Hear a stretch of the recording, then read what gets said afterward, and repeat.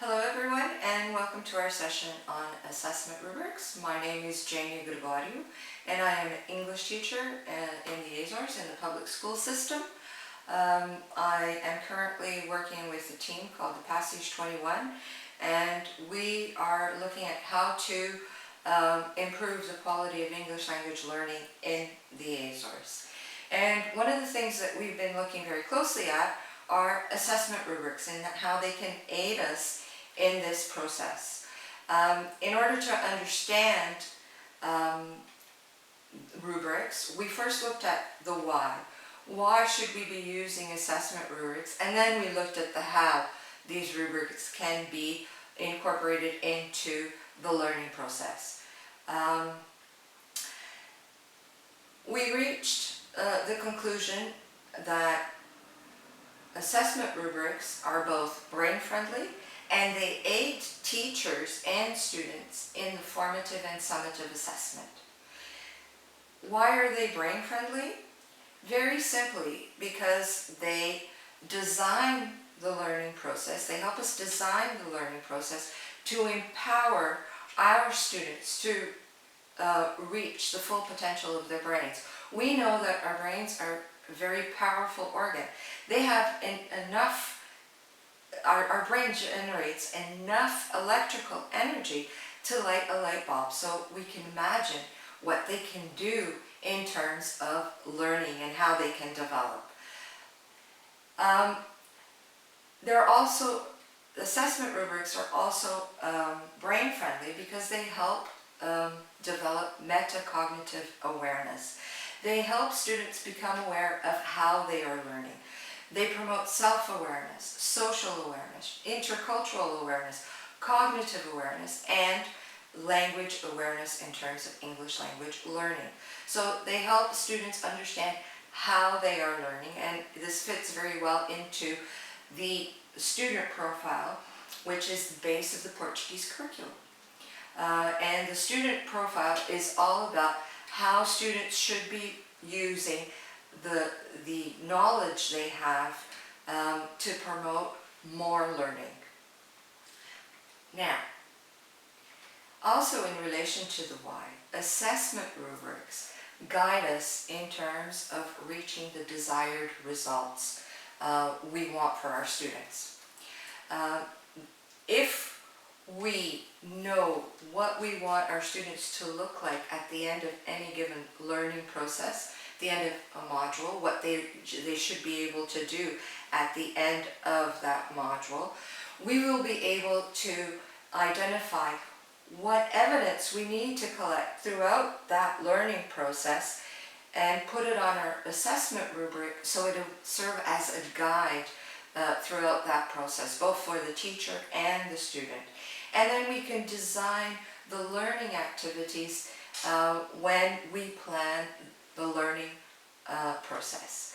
And this is based on Wiggins and McTighe's Understanding by Design framework, or the backwards design, which is in line with how our brain works. Our brains need to know what they're going to do next.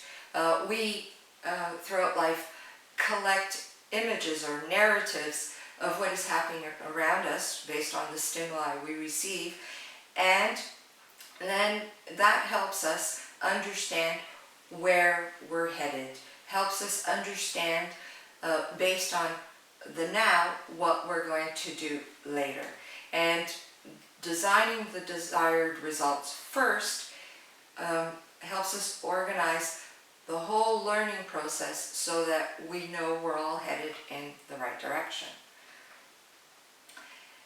It also aids us in the formative and summative assessment. Now, we all know what formative assessment is, and we all know what summative assessment is. We know that formative assessment is that assessment that feeds into the learning process. It helps us adjust the learning process to meet our students' needs.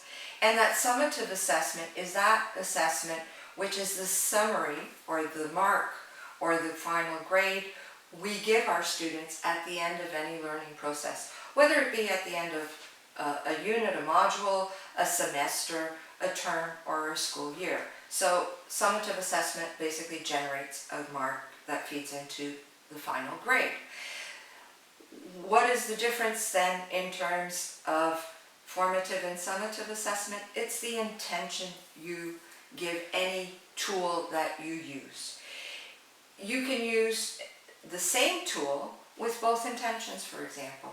A traditional test that we normally use to assess our students can have both a formative intention to it and a summative. Formative, if we're going to use that information to feed into the next learning process that we're going to design for our student. And summative, if we're going to use the grade or the performance level that they attained at that point to feed into the mark we're going to give them at the end of the semester, year, or term. Now, looking at the Portuguese national policy, it is very clear that formative assessment is the main form of assessment. It's formative assessment that's going to regulate the learning process. It's continuous and systematic, so therefore it's integrated into the learning process. It's diverse because you're going to use different tools to assess your students throughout that process. And using those tools and using the feedback you get from those tools, you're going to promote quality learning. And it's also a collaborative assessment because you're going to interact with your students. The students are going to interact with each other if they're doing peer assessment. And you're also going to interact with your co-workers. For example, when you work with teachers that teach the same group of students. Summative assessment is a global assessment. It is the grade that you give your student based on the learning process that has come to an end. Therefore, it's periodic. It also helps you make decisions and helps your students make decisions and all the other stakeholders, for example, parents and guardians, to make decisions on the educational pathway of the students. And it also respects criteria, just like the formative assessment. And it's done collaboratively because the grade that you give your student is put forward in a meeting with other co-workers that teach the same group of students. Also in the Portuguese policy, they are very clear that we have to use criteria to assess. And they put forward that we should be designing a learning profile, a specific learning profile for each year or cycle of learning. In this case, what this profile is a holistic rubric. It gives you a global overview of what your students should look like at the end of a year, for example. And that holistic rubric is going to help you then design those rubrics you're going to use on a daily basis with your students. It is also used to inform the whole educational community of what is expected of the students in that particular school. Now, these holistic rubrics in terms of English can look like this. For example, we know that in our English lessons, we have to break things down into manageable chunks. And according to the Common European Framework of Reference, those manageable chunks that we use in our classes are the communicative activities. We're talking about oral comprehension, written comprehension, oral production, written production, oral interaction, and written interaction. And if we design the holistic rubric for English, we then know what the desired results are for that particular grade level, and that will feed into our lessons and designing rubrics Another reason why rubrics are useful to us as teachers is they help us generate quality feedback for our students. And to generate quality feedback, they're going to feed up into the learning. They're going to, right at the start, tell your students what is expected of them, what are the learning outcomes, and how to attain those outcomes.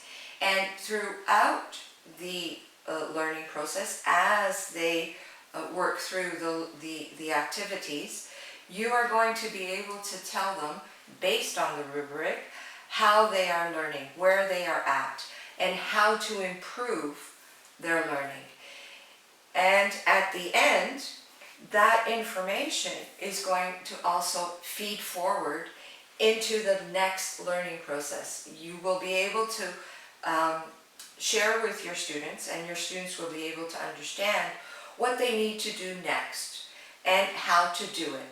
And this in turn will promote quality learning, because you're intentionally designing your learning process to create quality learning experiences. And rubrics can be used to assess any type of assessment task. You can use it in both oral assessments and written assessments.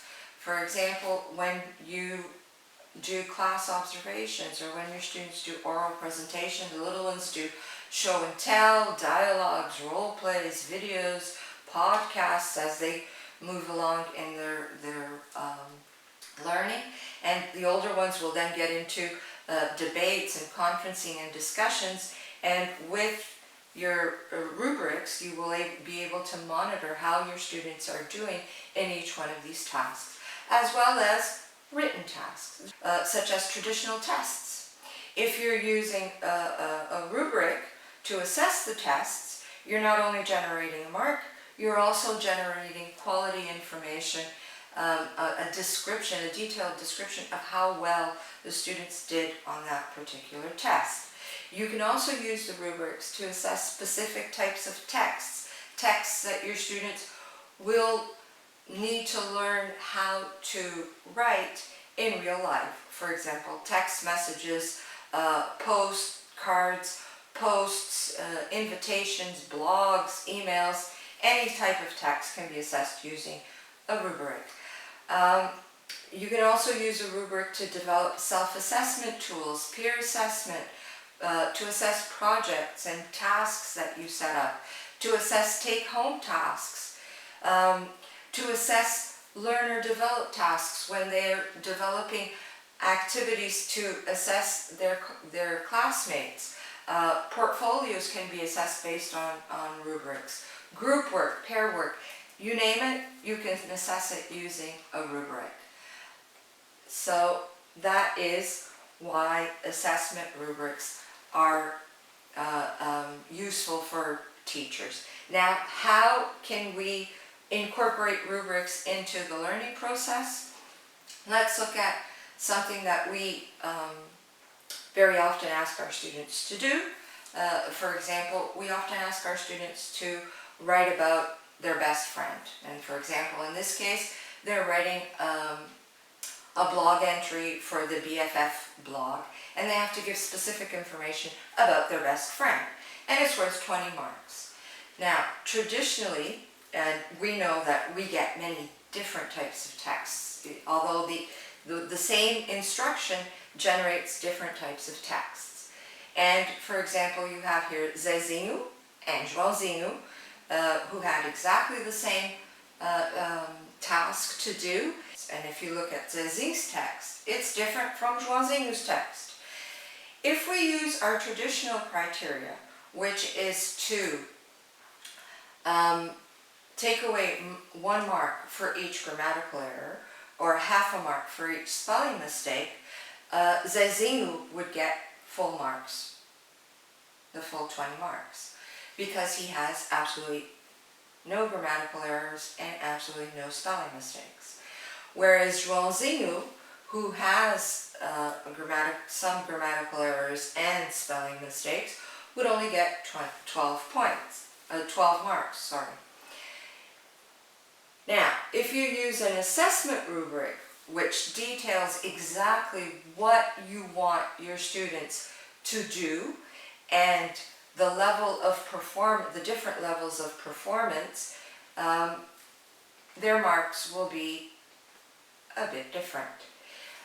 Zezinho, although he has absolutely no spelling mistakes and no grammatical errors, would only get 10 marks, whereas Joãozinho, who does have those grammatical errors and spelling mistakes, but does not that do not interfere in the communication of the information, gets 60 marks. And why is this? Because Zezinho did not, in terms of content, put forward all the information that was asked for. Whereas Joãozinho, although he wasn't as accurate in terms of language use, has all the information that was asked for. And this is very important in today's society. Although we're always working towards accuracy, and we certainly don't want our students making spelling mistakes or grammatical mistakes, as important as that is making sure they know what information to communicate in each situation and how to follow instructions. And that's how rubrics can help us make our assessment more objective in terms of what we want our students' outcomes to look like.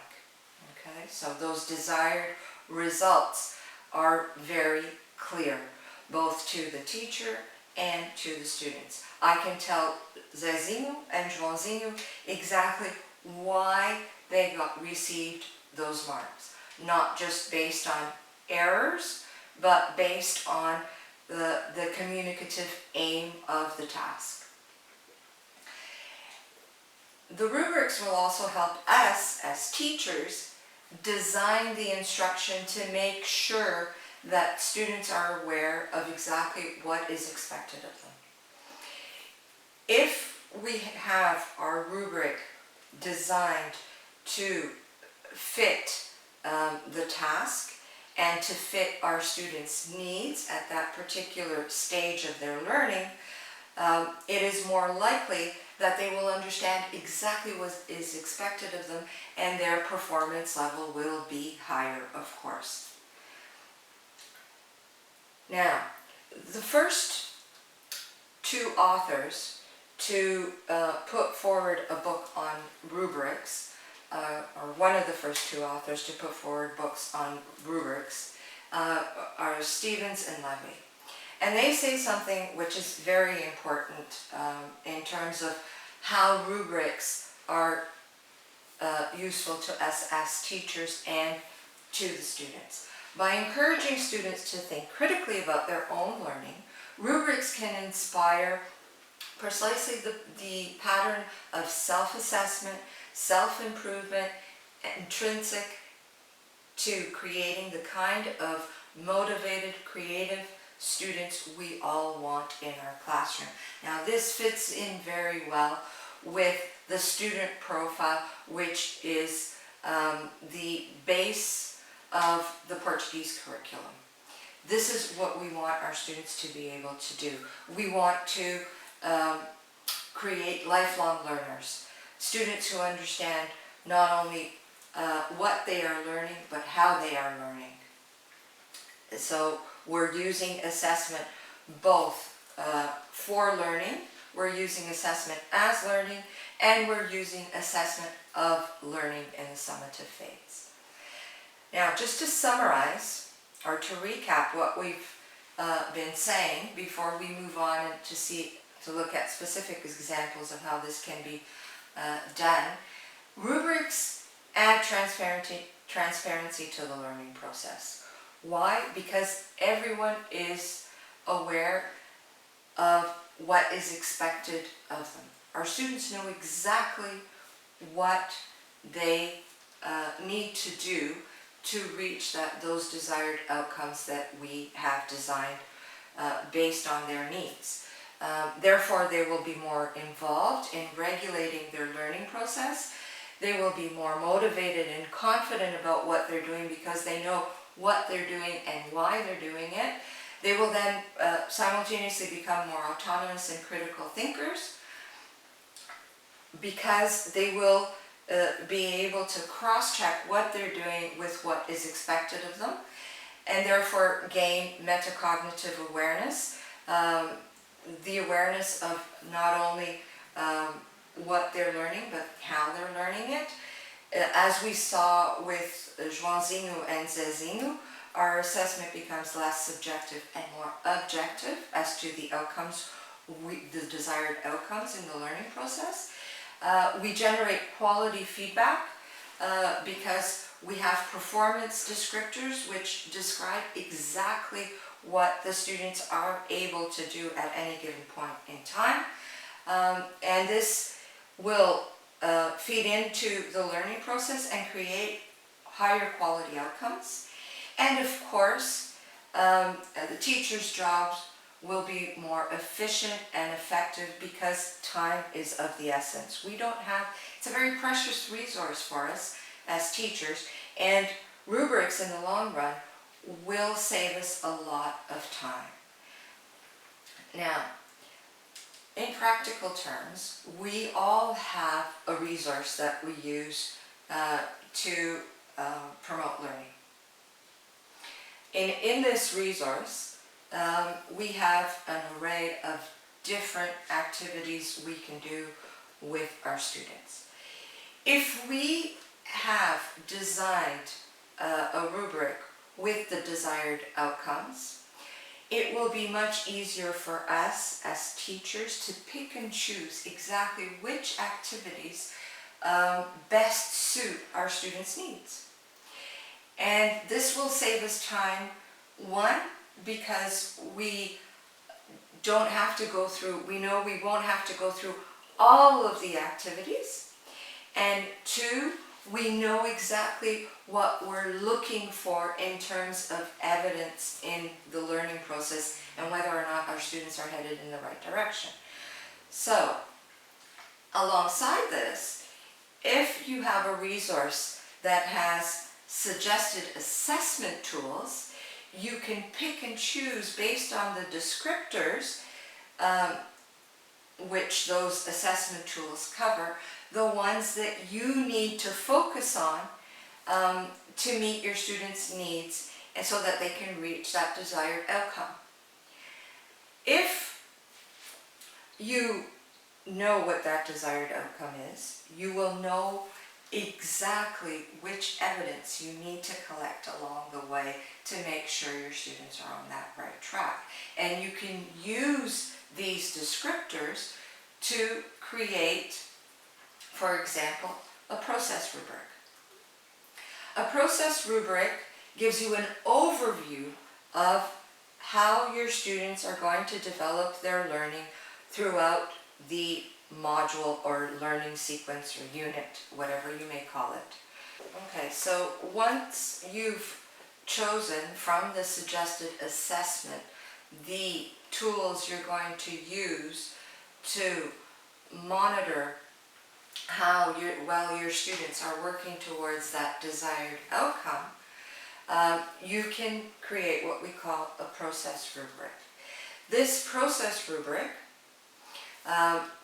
will have that desired outcome, which may involve one or two communicative activities. In this case, for example, if you want your students to put together a video on their favorite places in the school, you will be assessing oral production, as well as, if you wish to assess written production, have them create the guide they're using to support their oral presentation in the video. So, to work towards this desired result, you're going to put together a process rubric which will give you a global overview of all the evidence you have to collect throughout your lessons that show you that your student is headed in the right direction in terms of the desired outcome.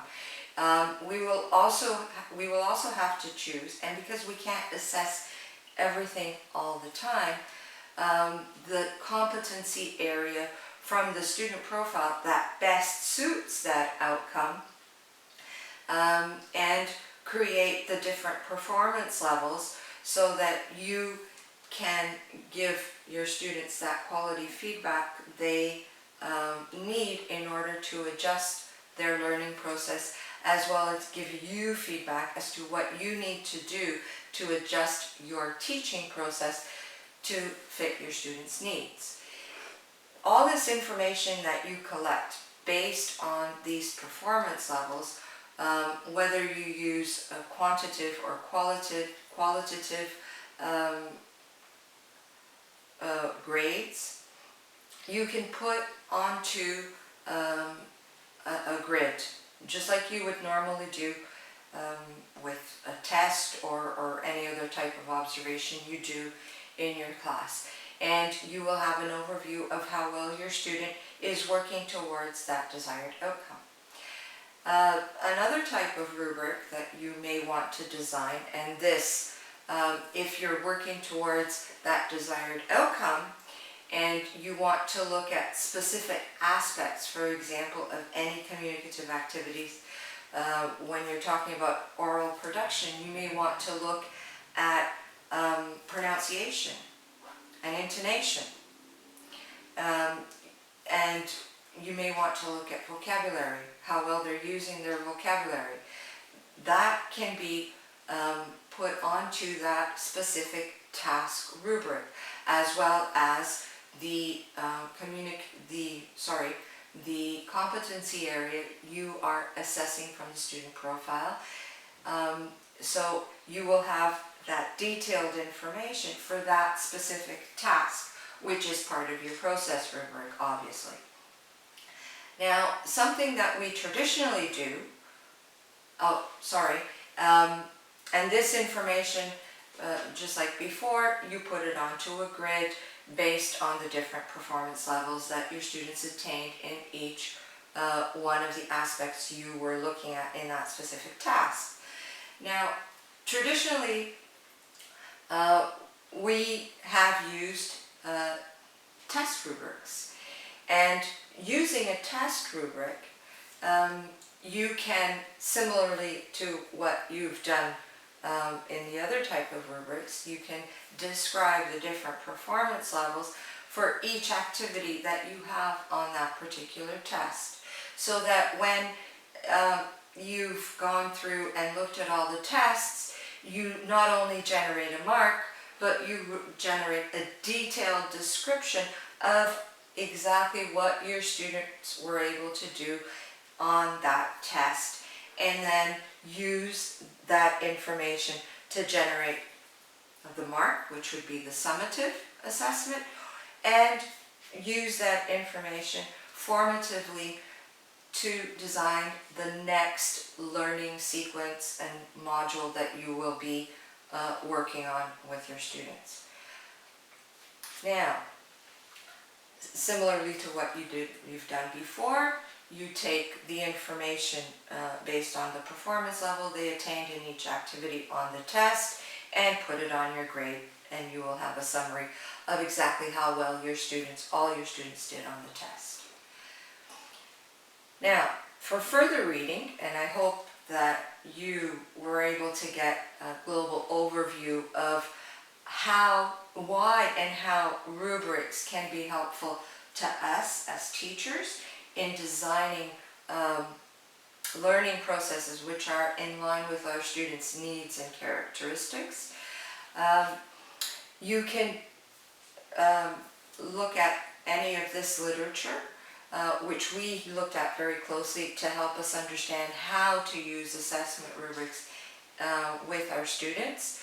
And if you want any further information or any further support on how to use assessment rubrics, of course you can always contact the team at Leirilivro, and we will be more than happy to give you any further support as you see fit. Thank you very much, and I hope you enjoyed the session.